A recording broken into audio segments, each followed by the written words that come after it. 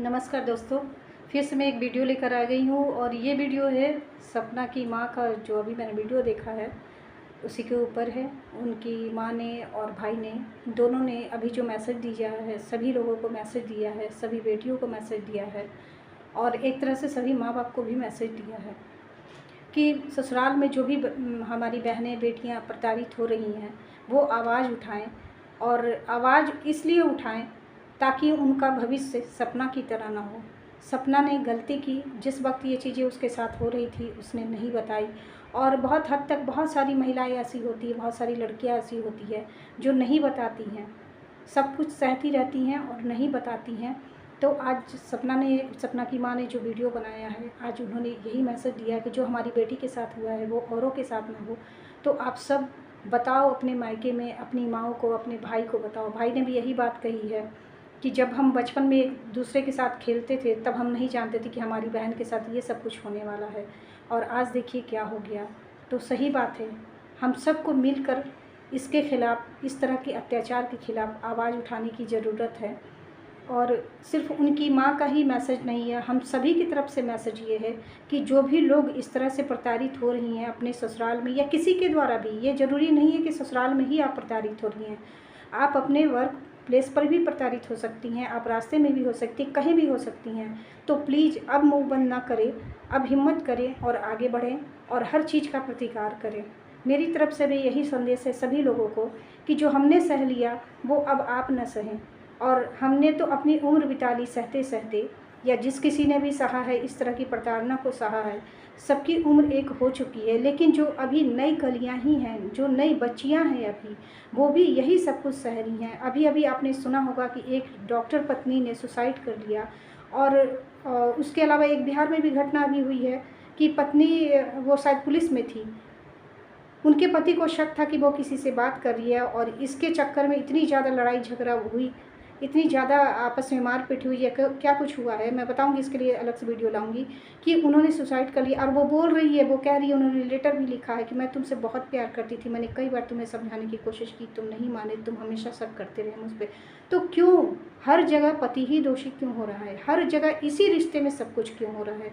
और भी एक बहुत ही खौफनाक कहानी फिरोज़ाबाद से आई है, यूपी के फिरोज़ाबाद से, जो बहुत ही गंदी है, बहुत ही भयावह है। वहाँ लड़की की डेथ हो चुकी है और उसके साथ वही सब कुछ किया गया है जो निर्भया के साथ किया गया था।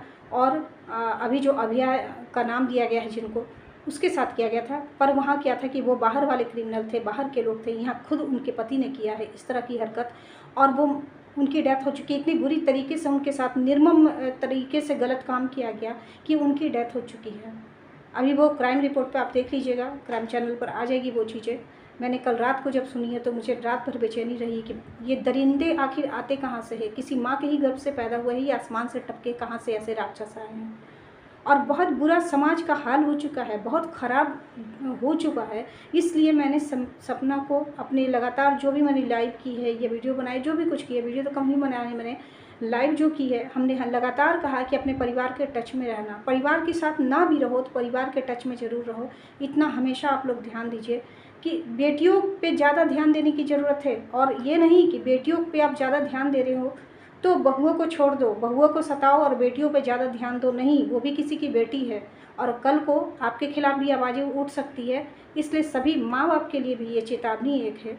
और एक उदाहरण है, ये सपना का उदाहरण है जो आज आप देख रहे हैं। शायद अगर तब उसने आवाज़ उठाई होती तो आज उसकी ये गति नहीं होती, परिवार पहले ही हरकत में आता, पहले ही कोई एक्शन लेता। मतलब उनकी फैमिली वाले जो हैं, मायके वाले हैं, मैं उनकी बात कर रही हूँ, वो कोई भी एक्शन लेते अगर सपना ने पहले ही ये बातें बताई होती कि हाँ उनके साथ इस तरह की हिंसा हो रही है, घरेलू हिंसा की वो शिकार हो रही है, लेकिन उसने नहीं बताया।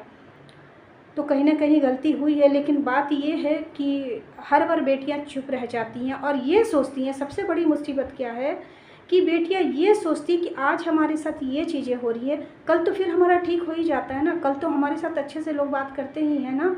तो हम उन अच्छे दिन की आस में क्या करती हैं कि वो लड़कियां घुटती रहती हैं और लास्ट में यही होता है जो उनका अंत हुआ है, जो जैसे भी हुआ है कि घर से वो निकल चुकी हैं, उनके पास अब कुछ भी नहीं रहा है। और लेकिन हाँ, 2 बेटियां वो लेकर आई हैं और एक चीज़ मैं अब राजवीर जी के मम्मी पापा से ज़रूर पूछना चाहूँगी कि जिस तरह से आपने कहा कि ये तुम्हारा नहीं है, ये मेरा है, ये इस पर हमारे बेटे का हक है, ये हमारे बेटे की निशानियाँ हैं, आप नहीं लेकर जाइए, तो क्या कभी पोतियों को भी रोकने की कोशिश करती ना कि ये भी तो हमारी ही निशानी है, तो चलो ये पोतियाँ हमारे साथ रहेंगी तो तुम उसकी पत्नी हो तो तुम भी रहोगी।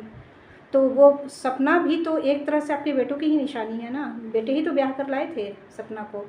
और दूसरी बात कि जो उनके बच्चे हैं वो आपके बेटे की निशानी नहीं है क्या? क्या सपना वो कहीं से लेकर आई थी कि वो सब आप ही के हैं, आप ही की फैमिली के लोग हैं, आप ही के बेटों की निशानियाँ हैं, दोनों बेटों की निशानियाँ हैं। तो फिर ये कैसे करके निकल गए लोग कि इस पर ये हमारे बच्चे की निशानी है तो ये हमारे पास रहेगी, ये तुम्हारा है तो तुम लेकर जाओ। तो क्या बच्चे वो लेकर आई थी कहीं से कि वो आप ही के घर के हैं, आप ही के ख़ानदान के, आप ही के सभी लोग हैं?